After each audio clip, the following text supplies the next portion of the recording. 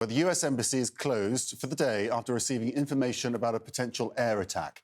The embassy has told employees to shelter in place and US citizens elsewhere in the capital to be ready if an air alert is announced. Meanwhile, US officials say the Biden administration is sending anti-personnel mines to Kyiv to deploy for defensive purposes, only in eastern Ukraine, though. That decision comes days after the White House approved the use of longer-range weapons by Ukraine to strike inside Russian territory.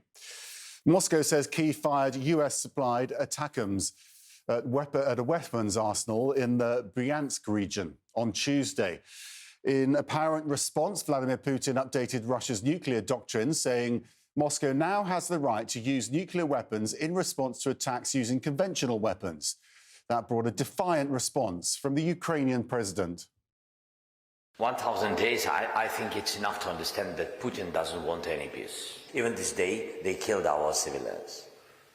Even especially this day, they presented nuclear weapons strategy. Why? They didn't present peace strategy. Did you hear it? Did you read about it? No, of course. Of course, nuclear weapons strategy. Putin wants war.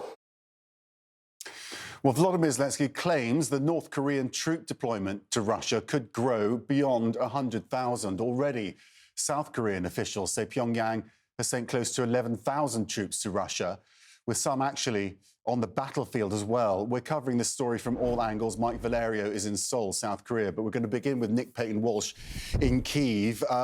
What more do we know about the nature of this potential attack on US embassy?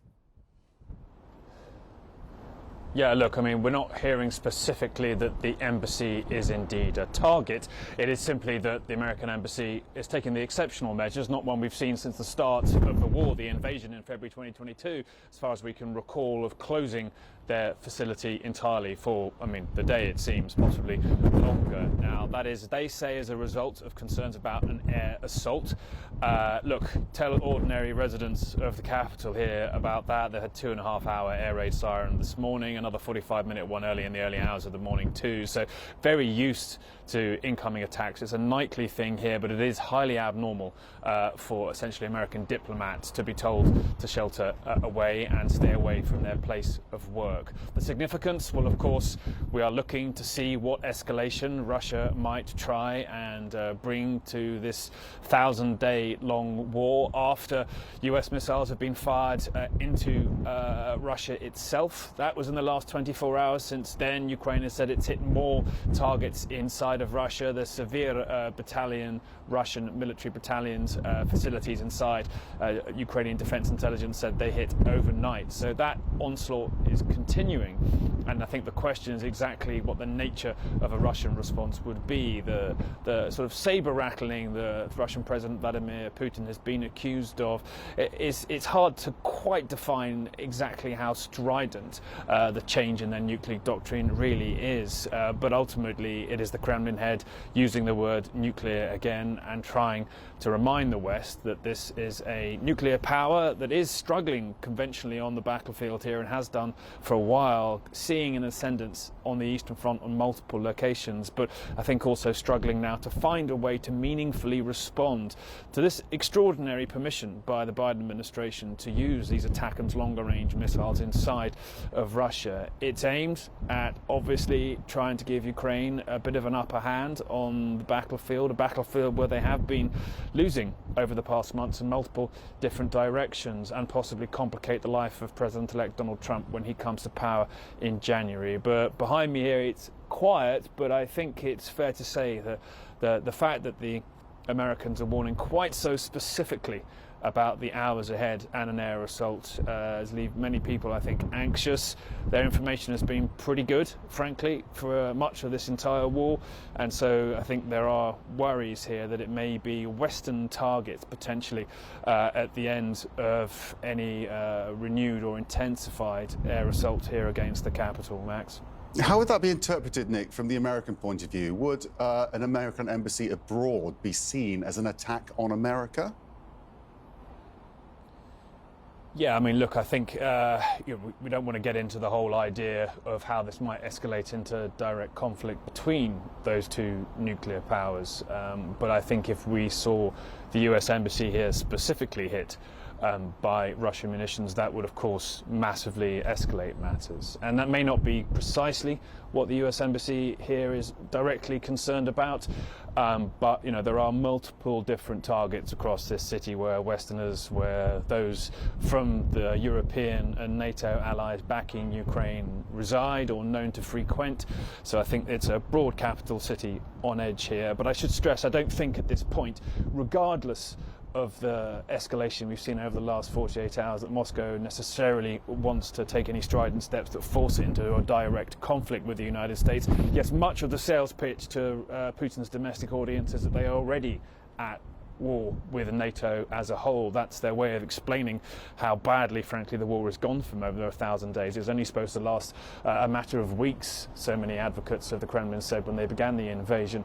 But I don't feel at this point necessarily that Russia has the desire, the capability to start something larger with the NATO alliance, Max. Okay, Nick, thank you so much for joining us from Kyiv. Let's go for the latest then on those North Korean troops in Russia. Mike Valerio joins us from Seoul. And if the intelligence we're getting right from the South Koreans, well, if it is right, does suggest the North Korean role in this conflict could be much bigger than we thought. That's right, Max. And it's new details in two buckets that are coming from the spy agency here in Seoul. First of all, what North Korean soldiers are doing. And second of all, what pieces of artillery Pyongyang in North Korea is sending to the front lines to the war in Ukraine. So when we talk about the pieces of artillery, we have a 240 millimeter multiple rocket launch system vehicle, or vehicles, I should say plural, that are being sent from North Korea to Russia, according to South Korea's spy agency.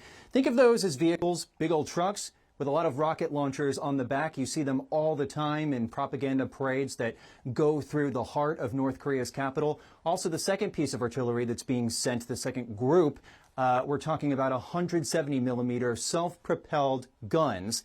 Think of those similar to tanks.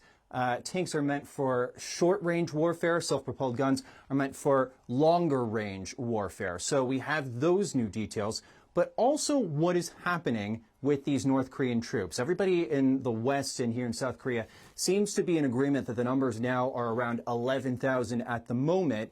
And Seoul is saying that Russia is training North Korean troops in terms of tactics and also drone response.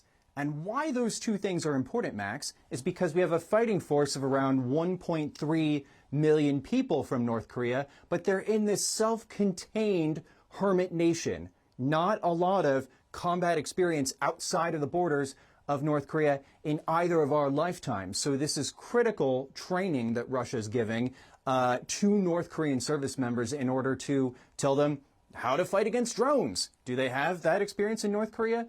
Not so much. So again, to what President Zelensky was saying earlier in the show, the potential for up to 100,000 North Korean troops to make their way, or at least to be ready for deployment to the war in Ukraine. We just want to put that in perspective before we go, Max. When we're talking about a fighting force that is just north of 1 million people, having a tenth of that fighting force being ready to be deployed to fight in Ukraine, that is an astounding statement. That is certainly astounding to think about. And it hasn't been publicized at all in North Korea. When we news gather here in the Bureau in Seoul, we always watch North Korean state TV. Nary a peep. Nothing has been said on state TV about these thousands of North Korean troops being sent to Russia's war in Ukraine. So if you have this huge section of troops, who knows what that could portend for the regime that relies on the army, the military, for stability from its point of view and its future. So a lot to watch here, but bottom line, a lot of new details that came from the spy agency here in Seoul as to what exactly is happening with the North Korean troops who have headed to the front lines in Ukraine and Russia, Max. Okay, thanks so much for that, Mike in Seoul.